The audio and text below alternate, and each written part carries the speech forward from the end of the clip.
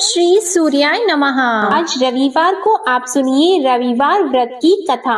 प्राचीन काल में एक राजा था और एक रानी थी। उनके पास सिपाही, घोड़े, दासियां, दास, धन दौलत सब कुछ था, सिर्फ उनकी संतान नहीं थी। इसी कारण वे दोनों राजा रानी बहुत दुखी रहते थे। संतान प्राप्ति के लिए उन्होंने हर तरह के दान, धर्म, धार्मिक अनुष्ठान, जप, मंत्र, पूजा पाठ आदि सब किया, लेकिन इससे उनका कोई फायदा नहीं हुआ। जब राजा और रानी वृद्ध होने लगे तो दोनों को बहुत ही चिंता हो गई। वे दोनों सोच में पड़ गए कि अब हमारे इतने बड़े राज्य का क्या होगा, कौन बनेगा इस राज्य का वारिस, कौन लेगा प्रजा की जिम्मेदारी। राजा और रानी दिन रात इसी चिंता में घुटने लगे। उन्हें खाने और पीने की भी सुध नहीं रहती थी। तो एक सुबह राजा के दरबार में एक साधु आता है तो दासी रानी को इत्तला करती है।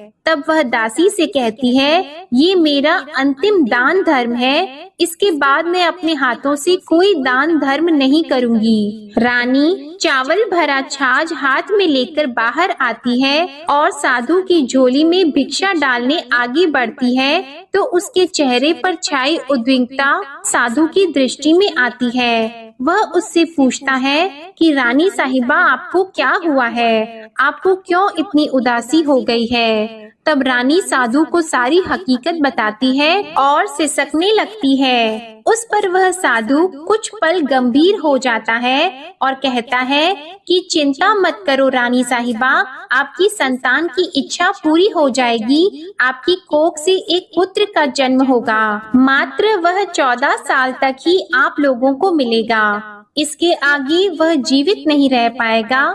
इससे बढ़कर आपको कुछ देना मेरे लिए संभव नहीं है। अपनी बात पूरी करते उसने अपनी झोली में हाथ डाला। झोली में हाथ डालकर थोड़ी सी भभूत निकालकर उसने रानी को दी और कहा, आप और महाराज दोनों इसे बांटकर ग्रहण कर लेना, तुम्हें जल्द ही पुत्र की प्राप्ति होगी। और वह साधु अपनी राह को चला गया।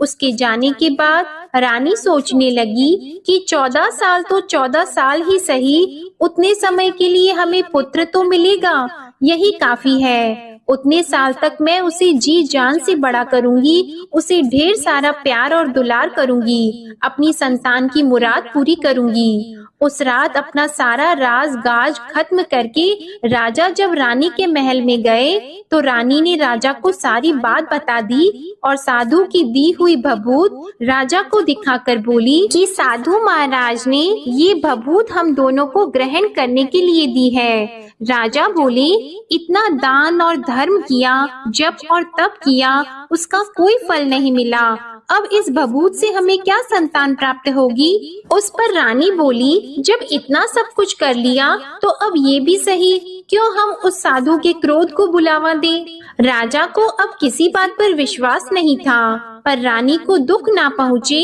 इसलिए वह राजी हो गया।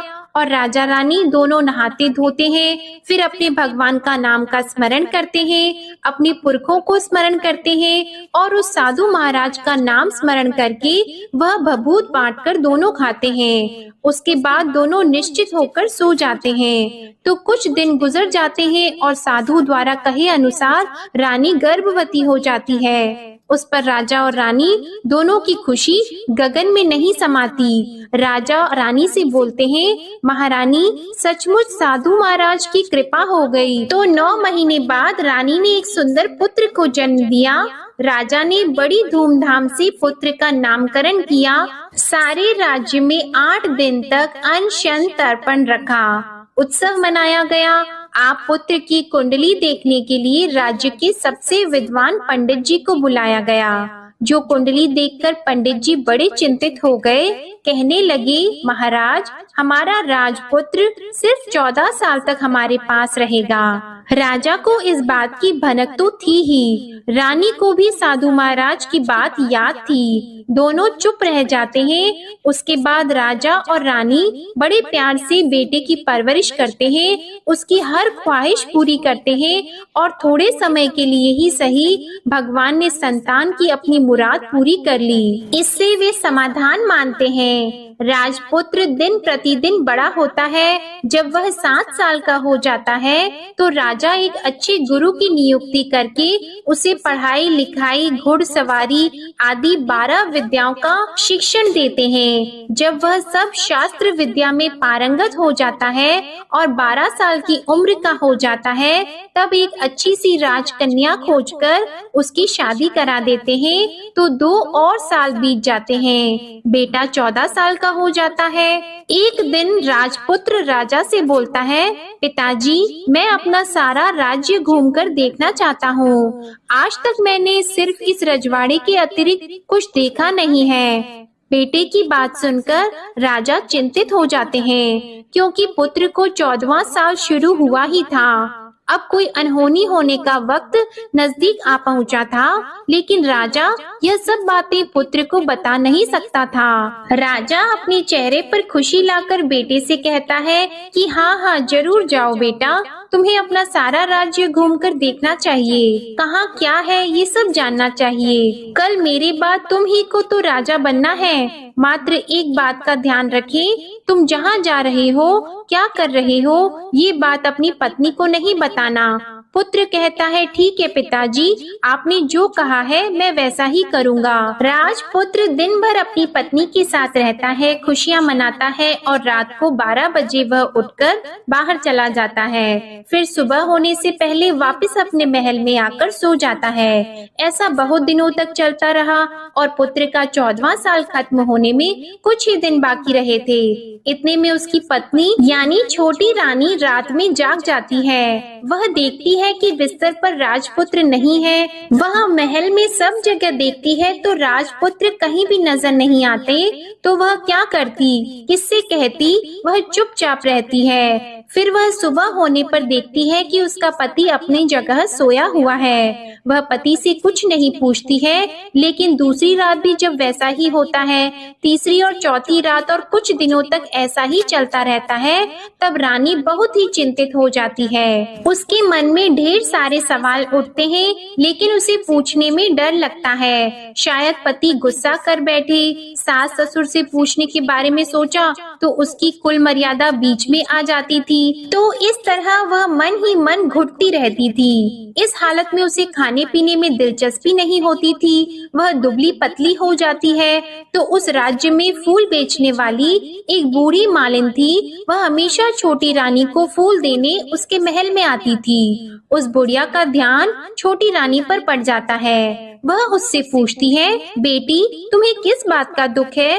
तुम इस तरह सूख कर कांटा क्यों बनी हो? उस पर रानी कहती है, क्या बताऊं तुम्हें अम्मा, तुम्हारा राजपुत्र हर रात्रि को बाहर चला जाता है और सुबह वापस लौट कर आ जाता है। वह कहाँ जाता है, क्या करता है, यह सोच सोच कर मैं अन्न जल ग्रहण नहीं कर पाती हूँ और सूख सूख कर इस तरह कांटा बन रही हूँ। बुढ़िया सब बात सुनकर उसे एक उपाय बताती है कि बेटा ऐसा करना, आज रात को तुम सोना मत, उसके पीछे जाकर देखना कि वह कहाँ जाता है, क्या करता है और उसकी अच्छी तरह से पहरेदारी करना। तो छोटी रानी बोली कि अगर मुझे नींद आ गई तो बुढ़िया बोली कि तुम्हें नींद न आए इसलिए एक काम करना, अपने बाएं हाथ की उंगली में एक जख्म कर देना, उस पर थोड़ी सी मिर्ची छिड़कना, उससे तुम्हें बड़ी जलन होगी और उस पीड़ा से तुम्हें रात भर नींद नहीं आएगी। रानी बुढ़िया के कहे अनुसार वही करती है। उंगली की जलन से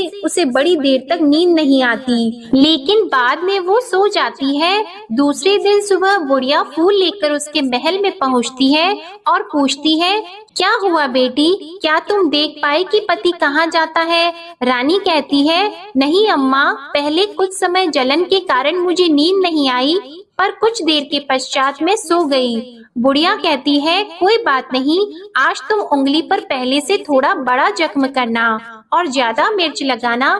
तो रानी ने वैसा ही किया, परंतु वह सिर्फ पति को बाहर निकलते हुए देख पाती है, उसके पीछे नहीं जा सकती क्योंकि उसे फिर से नींद आ जाती है। दूसरे दिन सुबह बुढ़िया आती है तो उसके पूछने से पहले ही रानी रोककर कहती है, अम्मा, मैं आज भी उसकी पहरेदारी ठीक तरह से नहीं कर पाई। बुढ़िया कहती है, रोना नहीं बेटी, सब कुछ ठीक हो जाएगा।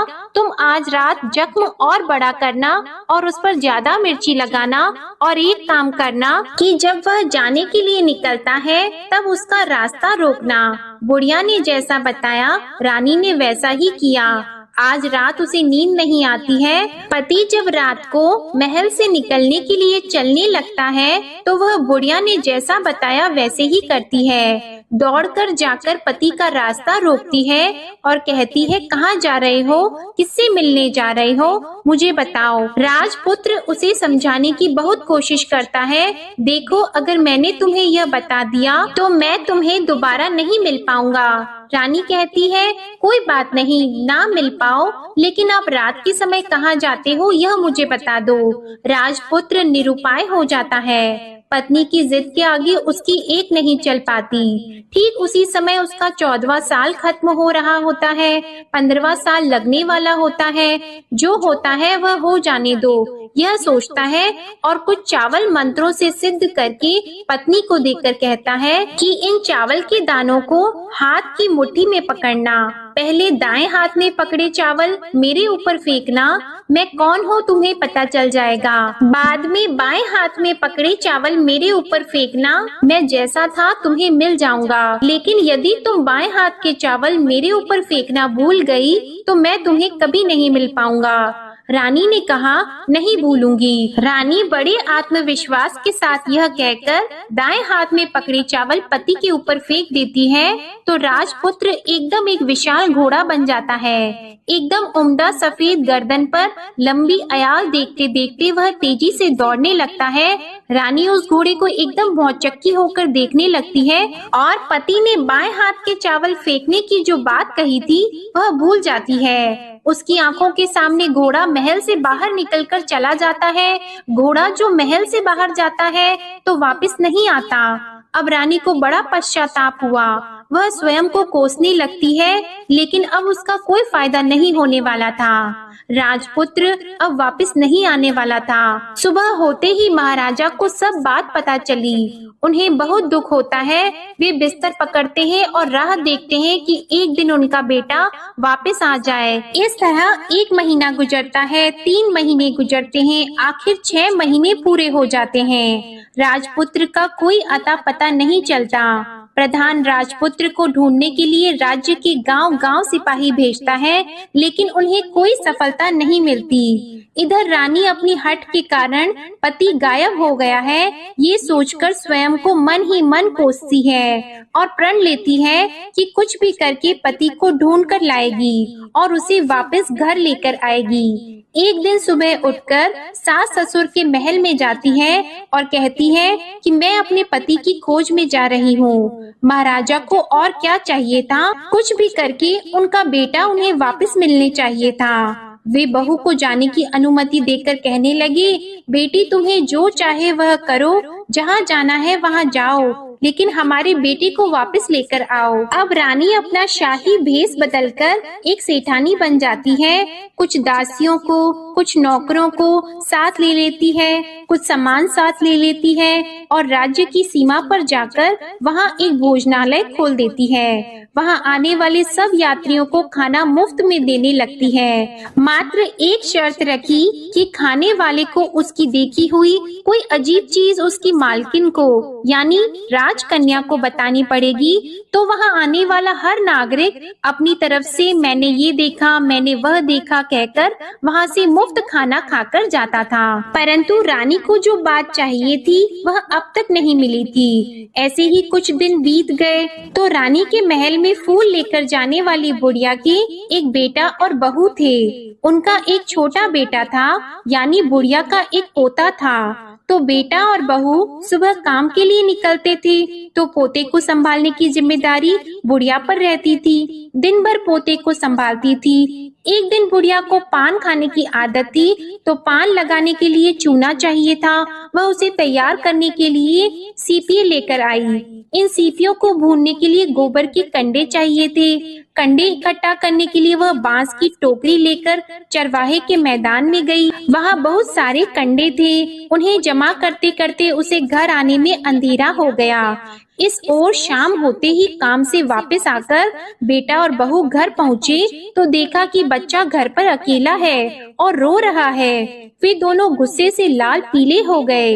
इतने में बुढ़िया घर आ पहुंची। बेटे ने पूछा, पोती को घर अकेला छोड़कर कहाँ गई थी? बुढ़िया बताने लगी कि मैं गोबर के कंडे इकट्ठा करने गई थी। इस पर बेटा बोला, दोबारा बच्चे को अकेला घर पर छोड़कर यदि कहीं गई तो मैं तुम्हें बहुत पीटूंगा। बुढ़िया कहने लगी, नहीं बेटा, फिर कभी ऐसा नहीं करूंगी। लेकिन दूसरे ही दिन बुढ़िया वह बात भूल गई और फिर चरवाहे के मैदान पर कंडे इकट्ठा करने चली गई। शाम को जब बेटा और बहू काम से वापस लौटे, तो देखा कि बच्चा घर पर अकेला है और रो रहा है। अब उसके बेटे की सहन शक्ति खत्म होने लगी और बुढ़िया के वापस आने पर उसे घर से निकाल दिया। बुढ़िया रात भर घर के बाहर अंधेरे में बैठी रही और सुबह होते ही हाथ में टोकरी लेकर कंडे इकट्ठा करने के लिए निकल गई। उस दिन उस पर कंडे इकट्ठा करने का मानो पागलपन सवार हो गया था।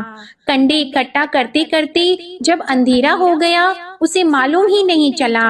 उसे जब ध्यान आया तो गांव का रास्ता भी ठीक तरह से दिखाई नहीं दे रहा था। वह अंधेरे में आंखें फाड़कर देखती देखती किसी तरह आगे निकल पड़ी। तो एक कपिला गाय छन छन की आवाज करते गली की घंटी बजाते ठुमक कर उस मैदान पर आ गई। उसे देखकर बुढ़िया सोचने लगी कि इस गाय के पीछे पीछे जाऊंगी तो गांव तक पहुंच जाऊंगी। तब बुढ़िया उसके पीछे पीछे जाने लगी। वह गाय उस मैदान से लेकर एक एक करके 6 मैदान पार करती है। आखिर में वह 7वें मैदान तक पहुंचती है। तो क्या होता है कि उस मैदान पर एक बड़ा सा पत्थर है। गाय जाकर उस पत्थर को अपना सींग मारती है। जब गाय ने सींग मारा तो वह पत्थर दूर हट गया और पाताल में नीचे जाने की सीढ़ियां दिखाई देने लगी। तब वह गाय उन सीढ़ियों से नीचे जाने लगी। बुढ़िया वह सब देख रही थी और झट से जाके गाय की पूंछ को पकड़ लिया। वह गाय के साथ नीचे पाताल में पहुंच गई और तुरंत ही गाय की पूंछ छोड़ दी और इधर उधर देखने लगी। उसने देखा कि वहाँ दीप और दिए जलते हैं और तेज रोशनी गाय के ऊपर पड़ती है और वहाँ अद्भुत घटनाएं घटने लगती है। गाय के नीचे जाते ही उसके गले में अपने आप सांकल पड़ गई और छम-छम करके कोई दूध आड़ी में गाय का दूध दूहने लगा। लेकिन जो भी कोई वह कर रहा है वह मात्र दिखाई नहीं दे रहा है। बुढ़िया बहुत घबरा गई, कहाँ आकर फंस गई यह सोचने लगी और यहाँ वहाँ छिपने के लिए जगह ढूंढने लगी। लेकिन उसे कहीं भी जगह नहीं मिली। हर जगह उजाला ही उजाला था। तो वह एक कोने में खड़ी हो गई और जो कुछ सामने हो रहा था उसे चुपचाप देखने लगी। उसने देखा कि वहाँ एक उम्दा सफेद घोड़ा और 2 कुंड थे। उसमें से एक कुंड में उस घोड़े ने छलांग लगाई और ऊपर आ गया और उस घोड़े को अब राजपुत्र का रूप प्राप्त हो गया। उसने दूसरे कुंड के पानी में स्नान किया, वहाँ रखे नए कपड़े पहने और नजदीक ही एक सुंदर पलंग था, उस पर आकर वह बैठ गया। उसके सामने अपने आप 5 पकवानों की थाली आ गई।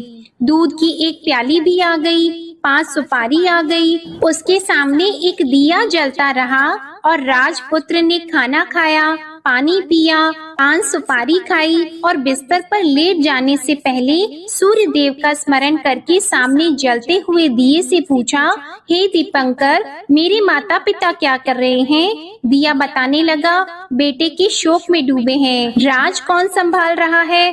तो उसने बोला कि राज्य प्रधान संभालते हैं। उसने पूछा कि मेरी पत्नी क्या करती है? तो दिए ने बोला कि उसने चौराहे पर भोजनालय शुरू किया है और आते जाते लोगों से वह नई खबर के बारे में पूछती रहती है। दिए के यों कहते ही राजपुत्र कहने लगा कि ठीक है। उसके बाद वह सो गया बुढ़िया कोने में खड़ी हुई सब देख रही थी। ऐसी अद्भुत घटना उसने जिंदगी में पहली बार देखी थी। उसे अंदर ही अंदर चुलबुलाहट होने लगी। वह अपनी भूख प्यास भूल गई और आगे क्या होता है कि उसे उत्सुकता से देखने लगती है। लेकिन उसके बाद और कुछ घटनाएं नहीं घटती। रात गुजर गई और सुबह हो गई। पलंग पर सोया हुआ राजपुत्र उठा और फिर से पहले वाले कुंड में छलांग लगाई। तो अब वह फिर से घोड़ा बनकर कुंड से बाहर आ गया। वह तेजी से उच्च पाताल नगरी से बाहर निकल गया, लेकिन वह कहाँ गया बुढ़िया को कुछ पता नहीं चला। उसके बाद पिछली रात की तरह कोई उस गाय को छमछम करके दूध दोहने लगा। जैसे ही दूध दोहना खत्म हुआ, उसके गले की सांकल अपने आप खुल गई और वह गाय तेजी से ऊपर जाने लगी, सीढ़ियों की ओर भागने लगी। गाय को दौड़ता देखकर बुढ़िया सोचने लगी कि अब गाय के साथ यहाँ से ऊपर जाना ही समझदारी होगी, नहीं तो कोई मुसीबत आकर उसके ऊपर टपक जाएगी। झट से उसने गाय की पूंछ पकड़ ली और गाय के साथ ऊपर आ गई। गाय जब मैदान में पहुंची तो उस सुरंग का रास्ता अपने आप बंद हो गया और उसके मुंह पर एक बड़ा सा पत्थर पहले की तरह खड़ा हो गया। ऊपर आकर वह गाय जंगल की ओर निकल गई। इधर बुढ़िया एकदम बावली सी हो गई। उसने पाताल नगरी में जो कुछ देखा था वह जल्द से जल्द किसी को बताने के लिए उतावली हो गई। उसे एकदम याद आया कि नगर की सीमा पार कोई औरत भोजनालय चलाती है और नई बात बताने वालों को अच्छा खाना पीना मुफ्त में देती है। वह सोचने लगी कि क्यों न मैं ये बात उस औरत को जाकर बताऊं। यदि उसे ये बात पसंद आ गई तो बाकी जीवन खाने पीने के झंझट से मुक्ति मिल जाएगी। बुढ़िया ने मन में तय किया और तुरंत उस भोजनालय के द्वार पर टंगे नगाड़े के सामने खड़ी हो गई और जोर जोर से नगाड़ा बजाना शुरू कर दिया। नगाड़े का इस तरह शोर सुनकर मालकिन यानी छोटी रानी मन में प्रसन्न हो जाती है कि शायद कोई बड़ी बात लेकर यहाँ आया है। रानी सिपाहियों को आदेश देती है, जाइए और जो कोई आया है उसकी अच्छी तरह खातिरदारी कीजिए। आदेश पाते ही सिपाही नीचे दौड़ गए तो एक बुढ़िया नगाड़ा बजा रही थी। उन्होंने पूछा, क्यों नहीं बुढ़िया, क्या हुआ, क्यों नगाड़ा बजा रही हो? बुढ़िया बोली, कुछ नहीं बेटा, यहाँ खाना मिलता है ना, इसलिए आई हूँ। खाना चाहिए मिलेगा, लेकिन तुझे कोई नई बात बतानी पड़ेगी। हाँ बताऊंगी, एक बात मालूम है मुझे। इस पर सिपाही उसे अंदर लेकर गए। उनको मालकिन का आदेश था कि जो कोई बूढ़ा बुजुर्ग वहाँ आए उनके साथ अच्छी तरह पेश आना, उनका अच्छे से आदर सत्कार करना। तो सिपाही ने उस बुढ़िया का भरपूर आदर सत्कार किया। यह उसे बड़ी सिद्ध थाली भरकर व्यंजन परोसते हैं। बुढ़िया कुछ दिनों से भूखी थी, वह खाने पर टूट पड़ी। खाना खाने के बाद सिपाही ने उसे नई साड़ी पहनने को दी। उसके बाद उसे लेकर रानी के पास आए। बुढ़िया और रानी ने तुरंत एक दूसरे को पहचान लिया। तब रानी ने बुढ़िया से कहा कि अम्मा अब बताओ तुमने क्या नई बात देखी है? नई बात? मैंने कोई नई बात नहीं देखी है। बुढ़िया बोली, वह तो मेरे पास तुम्हें देने के लिए खाने के पैसे नहीं थे, इसलिए मैंने झूठ कहा और नगाड़ा बजाया। रानी ने कहा, अम्मा घबराना नहीं, मैं किसी को तुम्हारा नाम नहीं बताऊंगी। फिर भी बुढ़िया ने कहा कि मेरे पास कोई नई बात नहीं है। इस पर रानी ने उससे कहा, देखो अम्मा, यदि तुमने मुझे वह नई बात बताई तो जिंदगी भर मैं तुम्हारी देखभाल करूंगी और तुम्हें रानी माता की तरह रखूंगी। अब बुढ़िया बताने को तैयार हो गई। उसने जो कुछ उस चारागाह वाले मैदान पर देखा था वह सब कुछ कुंवर रानी को बता दिया। बुढ़िया की वे बातें सुनकर कुंवरनी को यकीन हो गया कि वह राजपुत्र उसी का पति है। वह तुरंत बुढ़िया से कहने लगी कि अब माँ मुझे उस जगह पर ले चलो। तब बुढ़िया बोली, नहीं बेटी, वह पाताल राज्य है, सांप है। यदि किसी ने तुम्हें देख लिया तो तुम्हारी जान खतरे में पड़ सकती है। लेकिन रानी उसकी एक भी नहीं सुनती, उसे उस जगह ले जाने के लिए हठ करने लगी। आखिर में बुढ़िया ने उसका कहना मान लिया और कहने लगी, ठीक है, मैं तुम्हें वहाँ ले जा सकती हूँ, पर आज नहीं, कल वहाँ जाना है तो शाम को ही जाना होगा। तो दूसरे दिन दोपहर को रानी बुढ़िया के साथ उस मैदान पर गई और एक जगह छुपकर गाय के आने की राह देखने लगी। दिन ढलते ही अंधेरा गिरने लगा और गाय हमेशा की तरह वहां आ गई। मैदान के उस कोने में जाकर उसने पत्थर पर सींग मारा तो छत से पत्थर हटकर वहां सुरंग में जाने का रास्ता खुल गया। गाय उस रास्ते से नीचे उतरने लगी तो बुढ़िया रानी से कहने लगी, जल्दी आगे बढ़ो, हम गाय की पूंछ पकड़कर नीचे उतरेंगे। तो दोनों गाय की पूंछ पकड़कर नीचे उतर गईं। बुढ़िया पहले जिस कोने में छिपी थी उस कोने में छिप गई। अब नीचे सब कुछ पहले जैसा घटित हो रहा था। गाय के गले में अपने आप सांकल पड़ गई। कोई अदृश्य रूप से उसका दूध दोहने लगा। एक सफेद उम्दे घोड़े ने आकर एक कुंड में छलांग लगाई तो राजपुत्र के रूप में ऊपर आया। वह राजपुत्र दूसरे कुंड में नहाने लगा। बाद में उसके सामने खाने की थाली आ गई, दूध की प्याली आ गई, पान का बीड़ा आ गया। राजपुत्र सब ग्रहण करके सोने के लिए पलंग पर गया तो सोने से पहले सूर्य देव का स्मरण करके वह दिए से पूछने लगा, दीपांकर मेरे माता पिता क्या कर रहे हैं? तो दिया कुछ जवाब नहीं देता बल्कि वह बुझने लगता है। तब राजपुत्र को कुछ घटित हुआ है इसका संदेह हो गया। वह उदास हो गया और जो कुछ हुआ है वह हो जाने दो ऐसा सोचकर फिर से बिस्तर पर लेट गया। अब रानी का संयम छूट गया। वह दौड़कर पति के पास गई और उसके पैर पकड़ने के लिए आगे बढ़ने लगी। राजपुत्र तुरंत ही पत्नी को पहचान गया।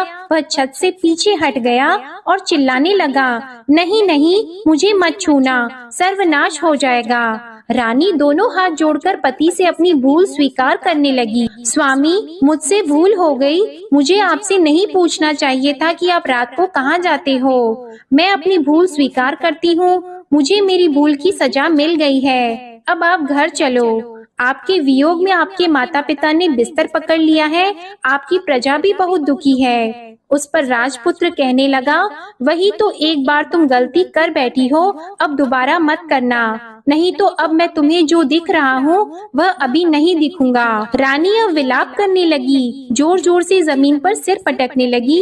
राजपुत्र के मन में उसके प्रति दया उत्पन्न हो गई। वह उससे कहने लगा, यदि तुम मुझे पाना चाहती हो तो तुम्हें एक काम करना होगा। काम कठिन है लेकिन वह तुम्हें अकेले ही करना होगा। रानी ने कहा, कहो स्वामी, कितना भी कठिन काम हो मैं वह पूर्ण करूंगी। रानी कहने लगी। इस पर राजपुत्र ने उसे बताया, इस पाताल से ऊपर जाते ही तुम्हें एक घना जंगल नजर आएगा।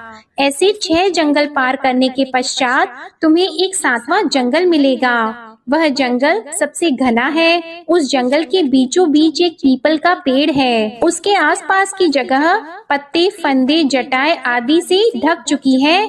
वहाँ बाघ, शेर, सांप और भालू बैठते हैं। तुम्हें उन सबको भगाकर वह जगह साफ करनी है। उसको गोबर से लिपाई करके पवित्र बनाना है, रंगोली से सजाना है। उसके बाद वहाँ धूप, कपूर, अगरबत्ती जलानी है। फूल और कुमकुम से पेड़ की पूजा करनी है। दूध और दही से बने चावल का भोग चढ़ाना है। ये सब तुम्हें दोपहर को 12 बजे से पहले करना है। 12 बजने के समय तुम्हें उस जगह पर बैठकर सूर्य भगवान का ध्यान करना है। ठीक 12 बजे सूर्य भगवान का रथ वहाँ उतरेगा। वे सब देखकर खुश हो जाएंगे और कहेंगे कि जिस किसी ने भी ये सब किया है उसे मैं मनचाहा फल दूंगा। तो तुम सामने जाकर उसके रथ का दाहिना घोड़ा मांगना, मैं तुम्हें मिल जाऊंगा। इतनी बात कहकर राजपुत्र अपने पलंग पर सो गया और छोटी रानी भोर होने की राह देखने लगी। भोर होते ही वह बुढ़िया के साथ गाय की पूंछ पकड़कर ऊपर आ गई। ऊपर आने के बाद वह बुढ़िया से कहने लगी, अम्मा, अब मैं अकेले ही आगे जाऊंगी, तुम भोजनालय वापस चली जाओ। वह जंगल में जाकर राजपुत्र की बताई जगह ढूंढने लगी और स्वयं आरी से वह जगह साफ कर दी। बाद में राजपुत्र ने जैसे बताया वैसे ही लिपाई पोताई करके वापस आ गई। दूसरे दिन सुबह होने से पहले उठी और जंगल में उस जगह पहुंची। वहां जाकर इत्र और गुलाब का पानी छिड़ककर उस जगह सुगंधित धूप अगरबत्ती जलाकर उसे पवित्र किया और पूजा की सब सामग्री वहां तैयार कर सूर्य भगवान का ध्यान करके बैठ गई। जैसे कि पति ने बताया था कि दोपहर को ठीक 12 बजे सूर्य भगवान का रथ उस पीपल के पेड़ पर आकर रुका है। सूर्य भगवान ने जब रथ से नीचे देखा तो सुगंधित वातावरण देखकर वे बहुत प्रसन्न हो गए। फिर वे बोले, जिस किसी ने यह काम किया है वह यहाँ आकर आज मुझसे कुछ भी मांगे मैं उसे दे दूंगा। रानी ने जब ये शब्द सुने तो बिना समय गंवाए दौड़कर उनके सामने आ गई और उनको साष्टांग नमस्कार करके बोली, भगवान वह मैं ही हूँ, मैंने ही यह जगह साफ की है। अच्छा, तो तुम्हें जो चाहिए वह मांगो। भगवान, मुझे आपके रथ का दाहिना घोड़ा चाहिए। सूर्य भगवान बोले, नहीं नहीं, मैं तुम्हें और कुछ भी दे सकता हूँ, लेकिन यह घोड़ा नहीं दे सकता। मेरे रथ के 12 घोड़े हैं, तुम चाहो तो कोई और घोड़ा मांग लो, लेकिन यह दाहिना घोड़ा नहीं, वह मैं तुम्हें नहीं दे सकता। छोटी रानी ने एक नहीं सुनी, वह सूर्य देव से एक ही बात कह रही थी, वही दाहिना घोड़ा दे दीजिए, नहीं तो मैं आपके पैरों में गिरकर अपनी जान दे दूंगी। अब सूर्य देव धर्म संकट में पड़ गए। उन्होंने वचन दे दिया था, अब अपने वचन से पलट भी तो नहीं सकते थे। ठीक है, दे दिया तुम्हें घोड़ा, सूर्य देव ने कहा। फिर एक बात और भी कही, देखो मैंने तुम्हें घोड़ा तो दे दिया है, लेकिन वह तुम्हें यहाँ नहीं मिलेगा, तुम्हें उसे पाताल में जाकर लाना होगा। रानी बोली, पाताल में ही क्यों भगवान, मैं उन्हें पाने के लिए कहीं भी जा सकती हूँ। रानी को वचन देकर सूर्य देव अपने मार्ग को चले गए और इधर रानी जंगल से अपने भोजनालय में आ गई। फिर वह बुढ़िया को लेकर उस मैदान पर आ गई और जल्दी ही शाम हो गई। शाम होते ही वहाँ वह गाय आ गई और उसने सींग मारकर सुरंग का पत्थर हटाया और नीचे उतरने लगी। रानी और बुढ़िया जल्दी जल्दी उसकी पूंछ पकड़कर नीचे उतर गईं। नीचे पाताल में सब घटनाएं पहले की तरह ही घटने लगी। घोड़े का एक कुंड में नहाकर राजपुत्र बन जाना, नहा धोकर पलंग पर जाकर बैठना, तो उसे खाने की थाली, दूध की प्याली आना, पान का बीड़ा आना। लेकिन आज एक नई बात घटी। आज 2-2 थाली, 2-2 दूध की प्याली और 2-2 पान के बीड़े उसके सामने आए। वह कुछ नहीं बोला। अपने हिस्से की थाली खाकर, दूध पीकर और पान का बीड़ा चबाकर वह सोने चला गया और हमेशा की तरह दिए से पूछने लगा, दिए दिए दीपंकर, मेरे माता पिता क्या करते हैं? दिए ने बताया, वे दोनों तुम्हारे शोक में मरने की स्थिति में पहुंच गए हैं। ऐसा? झट से उसकी आंखों में आंसू टपकने लगे। फिर वह पूछने लगा, दिए दिए दीपंकर, मेरा राज्य कौन चला रहा है? तुम्हारा राज्य प्रधान चला रहा है और वह सब कुछ हड़प चुका है। वह प्रजा पर बहुत अत्याचार कर रहा है। यह सुनकर राजपुत्र को बहुत गुस्सा आया। वह गुस्से से अपनी मुट्ठी भींचने लगा। अब वह पूछने लगा, दिए दिए दीपंकर, मेरी पत्नी क्या कर रही है? अब दिया कुछ नहीं बोला और चुप रहा। अब रानी का संयम जवाब दे गया। वह दौड़कर पति के गले लग गई। अब मैं तुम्हें मिल गया। राजपुत्र कहने लगा, सच कहते हो? अब आप फिर से घोड़ा तो नहीं बनोगे ना?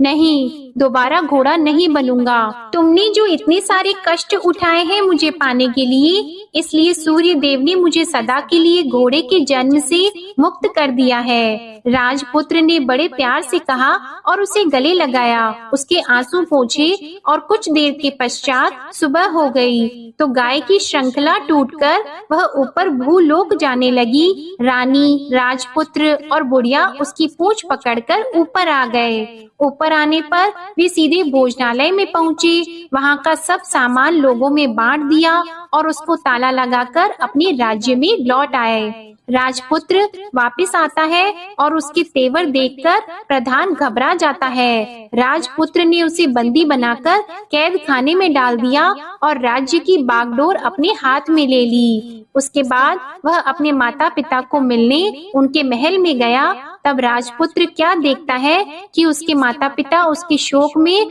अस्थि पंजर बने हुए हैं। पुत्र को वापस आया देखकर मरणासन राजा रानी की आंखों से टप टप आंसू बहने लगे।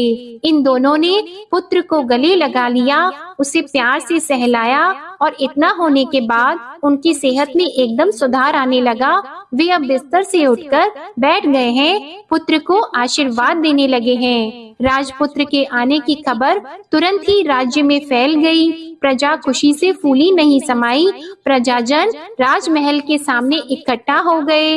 राजपुत्र ने भी उन्हें दर्शन दिए और आज से उन्हें कोई दुख नहीं पहुंचाएगा, ऐसा वचन भी दिया। अब राजा अपने पुत्र का राज्याभिषेक करके उसे सिंहासन पर बिठाता है और बहू को महारानी का दर्जा देता है और स्वयं अपनी पत्नी के साथ ईश्वर स्मरण करते खुशी से दिन बिताता है। महाराजा बना राजपुत्र अच्छी तरह से राज्य चलाने लगा और अपनी पत्नी के साथ सुख शांति से जीवन बिताने लगा। उस बुढ़िया को रानी ने अपने ही पास रख लिया और उसकी अच्छी तरह से देखभाल करने लगी। बुढ़िया और उसके बुढ़ापे के दिन खुशी से गुजरने लगे। प्रेम से बोलिए सूर्य नारायण भगवान की जय। आपको आज की कथा पसंद आए तो वीडियो को लाइक करना मत भूलिएगा, शेयर कीजिएगा, कमेंट में भगवान श्री सूर्य नारायण की जय लिखिएगा और चैनल को भी सब्सक्राइब करिएगा। इसी के साथ आज आप हमारे चैनल पर कार्तिक मास महात्म्य की कथा और आंवला नवमी की व्रत कथा भी जरूर सुनिएगा। प्रेम से बोलिए भगवान श्री सूर्य नारायण की जय।